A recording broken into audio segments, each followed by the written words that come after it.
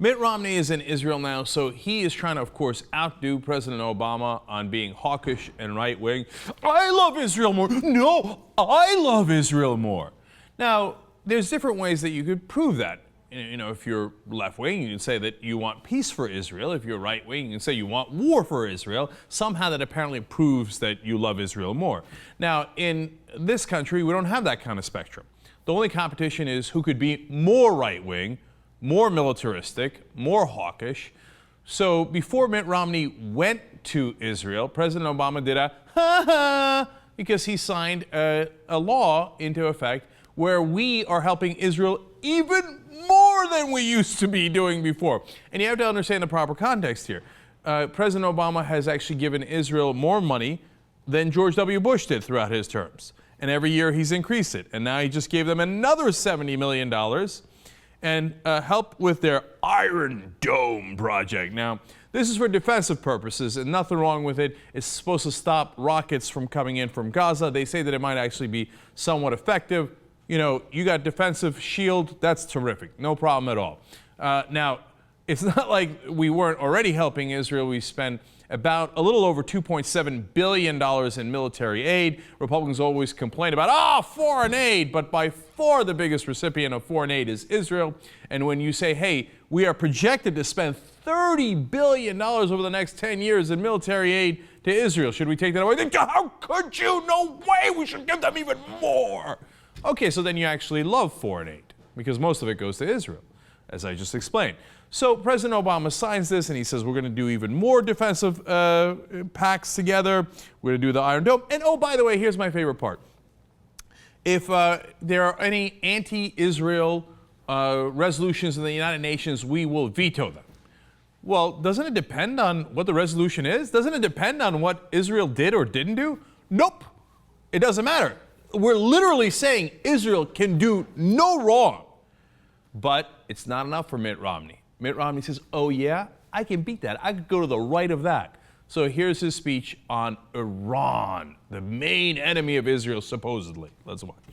It's sometimes said that those who are most committed to stopping the Iranian regime from securing nuclear weapons are reckless and provocative and inviting war. The opposite is true. We are the true peacemakers. We must not delude ourselves into thinking that containment is an option. We must lead the effort to prevent Iran from building and possessing nuclear weapons capability. In the final analysis, of course, no option should be excluded. We recognize Israel's right to defend itself and that it is right for America to stand with you. So, in the end, we are the peacemakers. That's why we deserve to help Israel in protecting itself. Wait a minute. Is Iran attacking them? If Iran launches an attack, of course Israel should defend itself. Nobody would disagree with that. No, that's not what we're talking about. You're talking about a preemptive strike on Iran, not because they're even planning to attack Israel, but because they might have nuclear energy that might lead to nuclear weapons that they might, at some distant future, consider using against Israel. Nope, can't have it. We got to start a war. But we're the peacemakers. How Orwellian of you. These guys can't wait for war. So are you going to give Israel the green light? Well, Dan Senor is his top foreign policy advisor, and he was asked about this. Let's see what he says. If Israel has to take action on its own in order to stop Iran from developing that capability, the governor would respect that decision.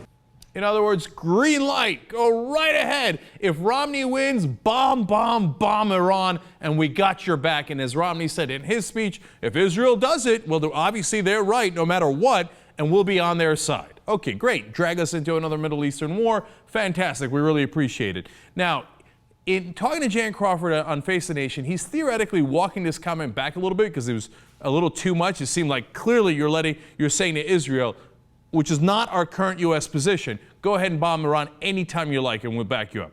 So, but he doesn't walk it back very much. Watch. I'll use my own words, and that is I respect the right of Israel to defend itself, and we stand with Israel. We're a nation, two nations that come together in peace and that want to see Iran being dissuaded from its nuclear folly. So let me use my own words in that regard. In other words, absolutely green light, bombs away. Right to defend itself. What can they do? I heard somebody in Iran had a hostile or malevolent intention at some point in their lives. Bomb them, right? By the way, according to this logic, if somebody's about to get nuclear weapons in the Middle East, you should immediately attack them, right? You know who the only country who has nuclear weapons in the Middle East is? Israel. So according to that logic, right before Israel got their nuclear weapons, everybody should have attacked them. Oh, no, I see you have two sets of different rules, one for Israel and one for everybody else in the Middle East. So now it looks like you're challenging our foreign policy on foreign soil. How do you respond to that, Mitt Romney? I mean, can you explain that a little more? Well, I think because I'm on foreign soil, I don't want to be creating new foreign policy for my country or in any way to distance myself from the foreign policy of our nation. But we respect the right of a nation to defend itself.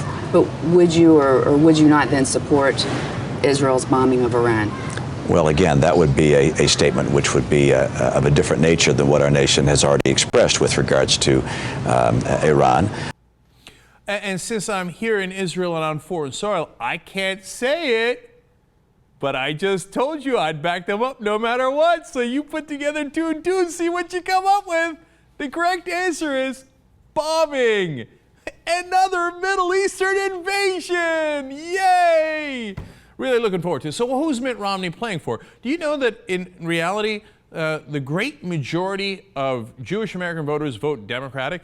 In fact, President Obama got 78% of their vote in the last election in 2008. So is he trying to get some extra Jewish voters? It's possible, but Jewish voters are actually very reliable Democratic liberal voters in general here in the United States. But there's someone else that he's actually trying to reach out to, literally his donors who happen to be on that trip, including Sheldon Adelson, who says he might give him $100 million. Now, that's a high incentive to say, yes, sir. Who would you like me to invade next, sir? Which war would you like me to authorize next, sir? $100 million, that does a lot of talking, right? Now, Sheldon Adelson is an American citizen, and he was there and giving money to Mitt Romney, and apparently he liked his speech. So, in fact, a reporter asked him about it. Here's what he said. Any thoughts on the speech, Mr. Adelson? Yeah, I loved it. Yeah, I loved it. Well, so there you go, Mitt Romney. Mission accomplished. Who cares what the voters here in the U.S. think? They don't want a war with Iran under any circumstances. The polling is crystal clear on that. Who cares that you'd be president of the United States of America? No, you go to a different country and then you do fundraising over there now with U.S. citizens, and then you turn around and say, what can I do for you? Okay, oh, I deliver another war? Great, I'll do that. And then Adelson turns around and says, yeah, loved it. He did a good job. I'll give him more money. That's our system. We have legalized bribery. And if it means that your son dies in a Middle Eastern war, yeah, that's your problem, not Sheldon Adelson or Mitt Romney's problem.